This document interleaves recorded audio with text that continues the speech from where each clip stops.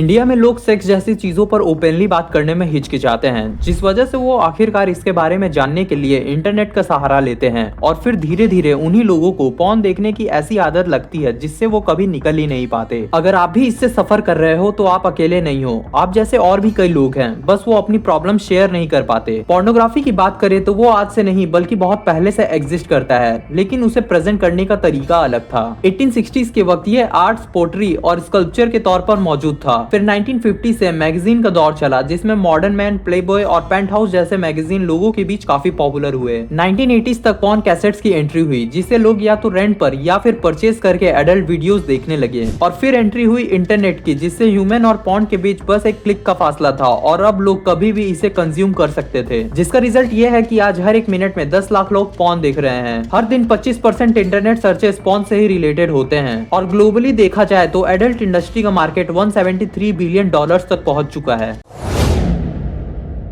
Pornhub की report के मुताबिक इंडिया पॉर्न देखने के मामले में पूरे वर्ल्ड में तीसरे नंबर पे है और इसमें मेनली 18 से 25 साल के ही युवा शामिल हैं। इजीली अवेलेबल होने की वजह से आज बच्चे 12 से 13 साल की उम्र में ही पॉर्न देखना शुरू कर देते हैं, लेकिन उन्हें इस बात का अंदाजा नहीं रहता कि इस पॉर्न एडिक्शन से उन्हें फ्यूचर में कितनी सारी प्रॉब्लम फेस करनी पड़ेगी। कर्नाटका के एक 28 साल के लड़के ने पिछले 8 सालों में इतना ज्यादा पॉर्न कंज्यूम कर लिया था कि उसे इस भयानक एडिक्शन से निकलने के लिए मेडिसिन और थेरेपीज की मदद लेनी पड़ी थी। एक्सेसिव पॉर्न देखने की वजह से वो उस चीज को इतना ज्यादा आइडलाइज करने लगा कि अब उसके लिए नेचुरल स्टिमुलस सफिशिएंट नहीं रह गया था और वो अक्सर अपने पार्टनर को पॉर्न वीडियोस में दिखाए गए कैरेक्टर से कंपेयर करता। Famous psychologist and sexual health के एक्सपर्ट डॉक्टर डेविड ले का कहना है कि ज्यादा पॉर्न देखने वाले लोग खुद भी वीडियो में दिखाए गए अनरियलिस्टिक स्टैंडर्ड को मैच करने की कोशिश करते हैं, जिस वजह से प्रेशर में आकर वो एंजाइटी का शिकार बनते हैं, जिसका सीधा असर उनके रिलेशनशिप पर पड़ता है। एक स्टडी बताती है कि पॉर्न एडिक्शन लोगों के समाज के प्रति देखने का नजरिया बदल देती है और उन लोगों के डाइवोर्स और ब्रेकअप होने के 2 गुना चांसेस रहते हैं। साथ ही एटीट्यूड और बिहेवियर में चेंजेस आने की वजह से वही लोग वुमेन्स के अगेंस्ट वायलेंस को सपोर्ट करते हैं। कैम्ब्रिज यूनिवर्सिटी के रिसर्च से पता चला कि पॉर्न एडिक्टेड लोगों का दिमाग ठीक एक ड्रग एडिक्ट की तरह रिएक्ट करता है और constant flow of pleasure chemical यानी कि डोपामिन से उसे रियल लाइफ सेक्सुअल एक्सपीरियंस कम अट्रैक्टिव लगने लगती है, जिस वजह से सेटिस्फेक्शन के लिए उसे और भी ज्यादा पॉर्न देखने की डिजायर होगी। इसी के साथ पॉर्न कंजम्पशन हमारे ब्रेन के प्रीफ्रंटल कॉर्टेक्स यानी कि डिसीजन मेकिंग रीजन पर भी इंपैक्ट डालता है और ब्रेन का यही रीजन इंपल्स कंट्रोल के लिए भी जिम्मेदार है। 2011 के एक रिसर्च के मुताबिक जो स्टूडेंट ज्यादा पॉर्न कंज्यूम कर रहे थे उनमें सीवियर एंजाइटी सिम्टम्स देखा गया, साथ ही उनकी मेंटल और फिजिकल हेल्थ भी कमजोर थी। अक्सर पाया गया है कि टीनेजर्स में पॉर्न एडिक्शन की संभावना एडल्ट से 2 से 4 गुना ज्यादा होती है और साइकोलॉजी के अनुसार एडल्ट कंटेंट कंज्यूम करने वाले टीनेजर समय से पहले सेक्स भी करते हैं, जिस वजह से आगे चलकर उन्हें इंटीमेसी डिसऑर्डर का सामना करना पड़ सकता है। और हैरानी की बात यह है कि 14 से 18 साल के ग्रुप में ऑलरेडी 84.4% मेल्स और 57% फीमेल्स ने पॉर्न कंज्यूम किया है। एडल्ट वीडियोस में वुमेन को एक ह्यूमन बीइंग नहीं बल्कि सिर्फ एक ऑब्जेक्ट की तरह ट्रीट किया जाता है और वीडियोस में दिखाए जाने वाले हर 10 में से 9 फीमेल्स को फिजिकली हार्म जरूर किया गया है। आज पॉर्नहब जैसी पॉपुलर साइट्स पर डेली ट्रैफिक 100 मिलियन का है और इसी डिमांड को पूरा करने के लिए सेक्स ट्रैफिकिंग जैसी क्राइम्स भी की जाती है।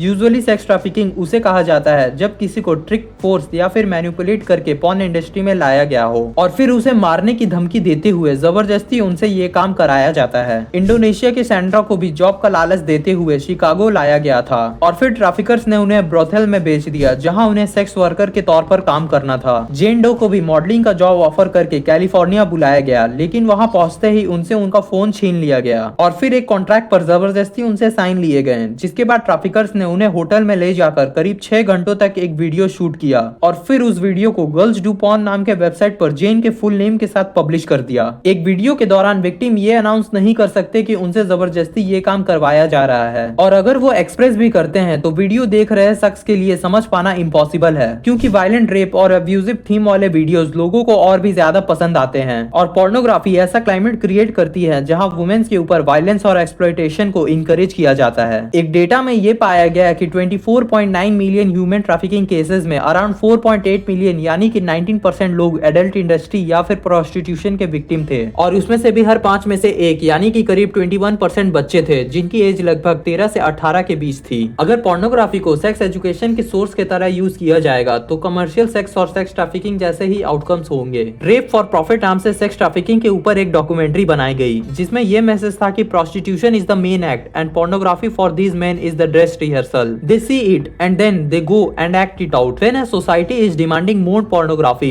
It's demanding more prostituted women. अक्सर एडल्ट वीडियोस देखने के बाद लोगों के मन में यही आता है कि इन लोगों को काम करने में मजा भी आता है और इसके लिए उन्हें अच्छे खासे पैसे भी मिलते हैं, लेकिन ये सच्चाई नहीं है। एक पॉर्न स्टार जैन विलारुबिया का कहना था कि उन्होंने सभी को ये दिखाने की कोशिश की कि वो अपने काम में काफी खुश हैं और उनकी लाइफ किसी फैंटेसी की तरह है, लेकिन रियलिटी में ऐसा बिल्कुल भी नहीं था। जैन को हमेशा हार्डकोर पोर्नोग्राफी सीन्स के लिए फोर्स किया जाता था। उनके प्रोड्यूसर्स भी अक्सर उन्हें अपने साथ सोने को कहते थे। हर सीन को शूट करने के लिए लगभग 2 घंटे लगते थे और उन्हें वो ना चाहते हुए भी करना पड़ता था। साथ ही छोटी छोटी गलतियों पर उनके पैसे भी काट लिए जाते। 2019 की मोस्ट सर्च पॉर्न स्टार लाना रोड्स ने 19 की उम्र में एडल्ट इंडस्ट्री को ज्वाइन किया और सिर्फ 8 महीने में ही उन्होंने इंडस्ट्री को क्विट कर दिया। लाना ने बताया कि उन्हें हर एक सीन के लिए सिर्फ $1200 मिलते थे। साथ ही उन्हें कई बार एक्सप्लॉयटेशन और हैरेसमेंट का सामना भी करना पड़ता था और एक बार उन्हें शूटिंग के वक्त यूरिन ड्रिंक करने को भी कहा गया। उन्हें अक्सर सीन्स के शूटिंग के पहले पैनिक अटैक्स आते थे, लेकिन उन्हें ये नहीं पता था कि वो काम ना करने के लिए मना कैसे करे और आखिरकार इन सब से परेशान होकर लाना ने क्विट कर दिया।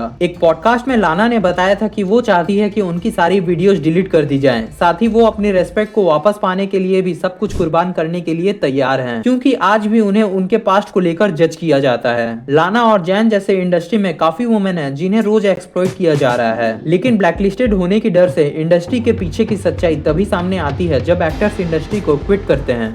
एडल्ट इंडस्ट्री में STI यानी कि सेक्सुअली ट्रांसमिटेड इन्फेक्शन का खतरा अक्सर बना रहता है और अगर 2012 की रिपोर्ट को देखें तो 168 एक्टर्स में से लगभग 47 लोग क्लैमिडिया और गुनोरिया जैसे इन्फेक्शंस के शिकार हो गए थे। Ex porn star Brittni De La Mora ने STI के बारे में बताया कि उन्होंने कभी भी अनप्रोटेक्टेड सेक्स नहीं किया था, लेकिन उनसे ये कहा गया कि हर 28 डेज में STI की टेस्टिंग होती है। पर अगर STI टेस्ट नेगेटिव आई और सेम डे किसी ऐसे एक्टर्स के साथ वीडियो शूट करना हो जो पहले से इन्फेक्टेड है, तो अगले 28 डेज तक दूसरे पार्टनर की बॉडी में भी वो इन्फेक्शन फैलता रहेगा, जिससे उसके बीमार होने का भी पूरा चांस रहता है। ऐसा देखा गया है कि अधिकतर पॉर्न स्टार ड्रग एडिक्टेड भी होते हैं। जर्सी जैक्सन का कहना है कि जिस तरीके से लोगों को इंडस्ट्री में ट्रीट किया जाता है वो उससे डील नहीं कर पाते और इस वजह से वो उस वायलेंट और अब्यूजिव एनवायरनमेंट में काम करने के लिए ड्रग्स कंज्यूम करते हैं। साथ ही वुमेन्स पेनिट्रेशन के दर्द को हैंडल करने के लिए भी ड्रग्स लेकर सीन्स को परफॉर्म करते हैं और ये चीज खुद एक्टर्स ने कही है। इंग्लिश में एक अच्छी लाइन है, to get out of one pleasure replace with other, और बस यही चीज आप अपने पॉर्न एडिक्शन पर भी यूज कर सकते हैं। अगर धीरे धीरे इसकी आदत लगी है तो धीरे धीरे छूट भी जाएगी। आपको जब भी पॉर्न वीडियोस देखने का मन करे उस वक्त आप हेल्दी डिस्ट्रैक्शन का यूज कर सकते हैं। फॉर एग्जाम्पल कोई बुक पढ़ ली या फिर एक अच्छे पॉडकास्ट को सुन लिया। आप खुद को जितना बिजी रखोगे उतना इस चीज से दूर रहोगे। साथ ही अकेले रहने पर कई बार वीडियोस के बारे में आप सोचते हो, तो कोशिश करें कि आप खुद पर कंट्रोल रखें और इसके लिए आप मेडिटेशन और योगा की भी मदद ले सकते हैं। और ये बात ध्यान रहे कि if something is free then you are the product. तो इस वीडियो में बस इतना ही। अगर वीडियो अच्छी लगी हो तो please share, subscribe and like. मिलते हैं अगली वीडियो में, तब तक के लिए धन्यवाद, शुक्रिया, बाय बाय।